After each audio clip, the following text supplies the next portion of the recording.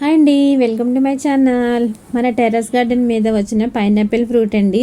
ఒక్క నిమిషం ఆగండి, నేను కూడా వస్తాను, వీడియో తీసుకుంటాను అని చెప్పి మా వారికి చెప్పాను. అయితే నేను వెళ్ళేలోపే ఆయన ఫ్రూట్ కట్ చేసుకుని తీసుకొచ్చేసరికి కిందకి, ఇంకా ఎలాగో కిందకి తీసుకొచ్చారు కదా, ఇప్పుడు దీన్నైనా వీడియో తీద్దామని తీసానండి. వర్షం పడింది కదా, అందుకే ఆకుల మీద ఉన్న మట్టి అంతా పోయి చాలా చక్కగా ఉందన్నమాట.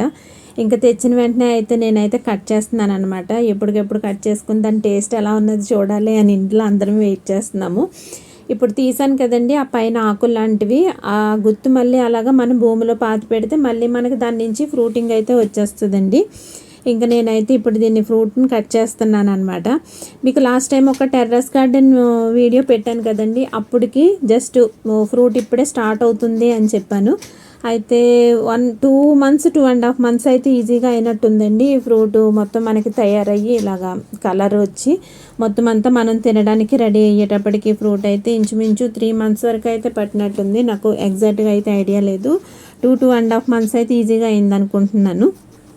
ఇంకా అయితే ఏదైనా మనం పండించుకున్నది కదండి, చాలా హ్యాపీ అనిపిస్తుంది. ఈ సీజన్లో అయితే పైనాపిల్స్ మనకి బయట మార్కెట్లో బాగా దొరుకుతాయండి, చాలా ఎక్కువగానే దొరుకుతాయి.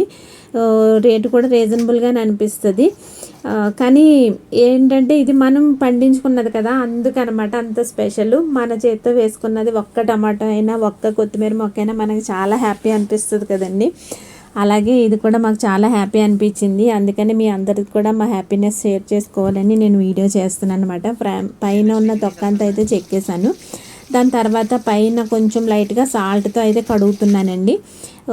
ఈ పైన కన్నులు లాంటివి ఉంటాయి కదా, అవి ఏమన్నా దురద రాకుండా ఉండడానికి అని చెప్పి, తిన్నప్పుడు మన నోరు దురద రాకుండా ఉండడానికి ఇలాగ కడగాలి ఉప్పుతో అనేసి అంటారు.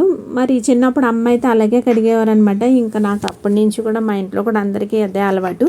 ఒక్కొక్క ఫ్రూట్ ఒక్కొక్క ఏరియాలో అయితే ఒక్కొక్క రకంగా తింటారు కదండి, మేమైతే ఇలాగే కట్ చేసుకుంటాము.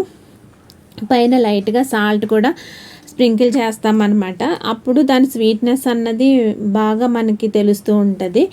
తీయగా పుల్ల పుల్లగా అలా అనిపిస్తుంది అనమాట. ఫ్లేవర్ బాగా తెలుస్తుంది. ఫ్రూట్ అయితే చాలా టేస్టీగా ఉందండి.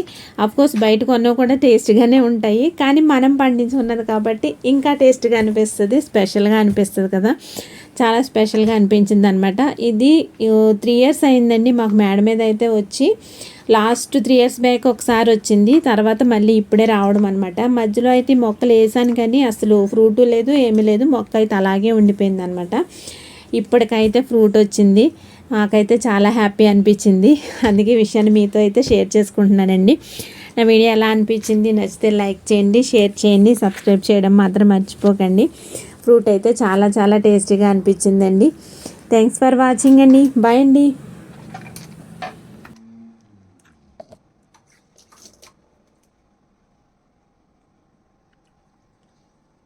ఫోటో కూడా